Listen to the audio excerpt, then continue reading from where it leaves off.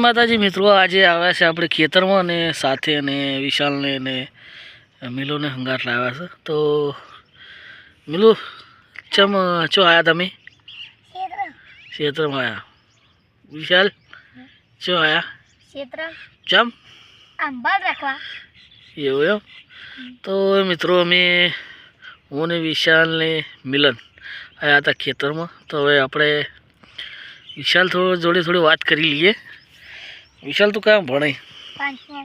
હે? પાંચમા. કયા ગામમાં ભણે? રવિયાણા પ્રાથમિક શાળા. આખું નામ તો બોલ ગામનું. રવિયાણા. શાળાનું નામ? રવિયાણા પ્રાથમિક શાળા. કયા વર્ગમાં ભણે? પાંચમા. કોણ ભણાવે? બેન. કયા બેન? નિર્મળા. નિર્મળા બેન. અરે છોટું તું ભણવા જોઈ? હે? ચો ભણવા જોઈ? ઓગણવાડી. એમ? તને કોણ ભણાવે? કયા બેન? મોઢામાં નહીં. કયા બેન? કયા બેન ભણાવે? બરોબર, રેડી.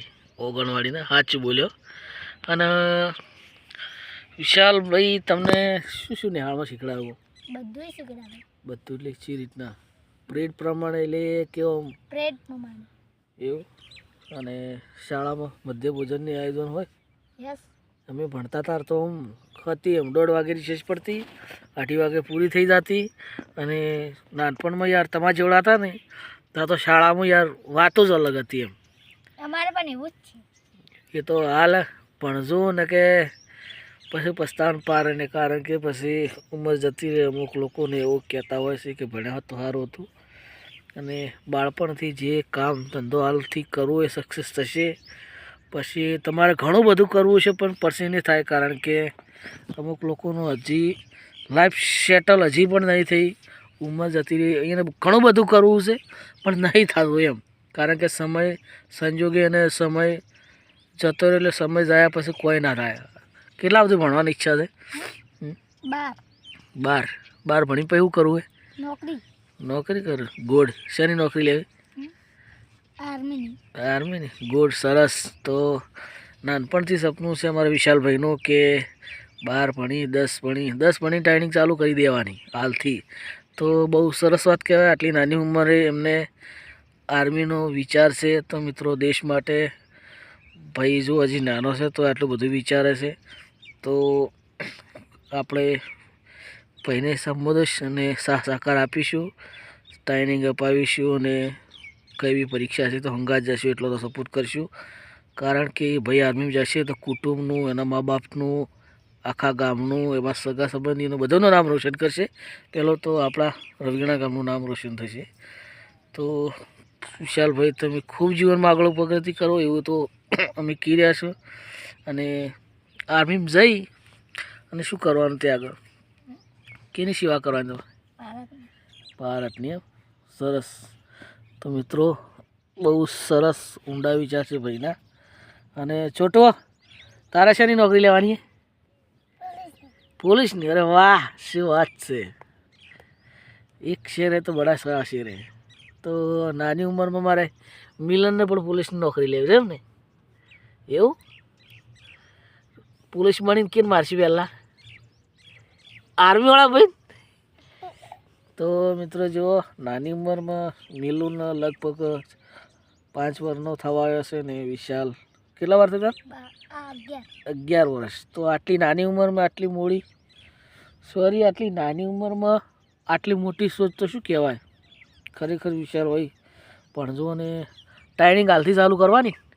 હા ને, 10માંથી. એમ ને? અને એકડી કેટલા આવતી આવડે? 1 લાખ. શું વાત છે! અને એકા 12 બધી આવડે? કમ્પ્લીટ? इंग्लिश आवड़े?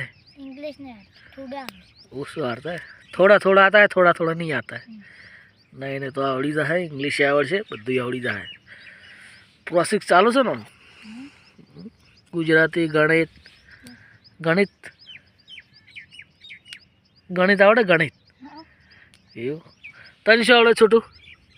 હા, એકડી આવડે? એવું? બોલજો વારી એકડો એકો પછી આગળ બેયો પછી એડિન તો કેટલા સુધી આવડે છે પસંદ પોચ સુધી ઓગણવાળી જણ પોચ સુધી આવડે શીખો શીખો હજી તારા હવે એકડા ભણવા બે છે ખબર હે ને પોલીસની નોકરી લેવું ટ્રેનિંગ તો કરવી પડશે ને ઓમતા જ પોલીસની નોકરી લેવું ટ્રેનિંગ કરવી પડશે ને દોડવા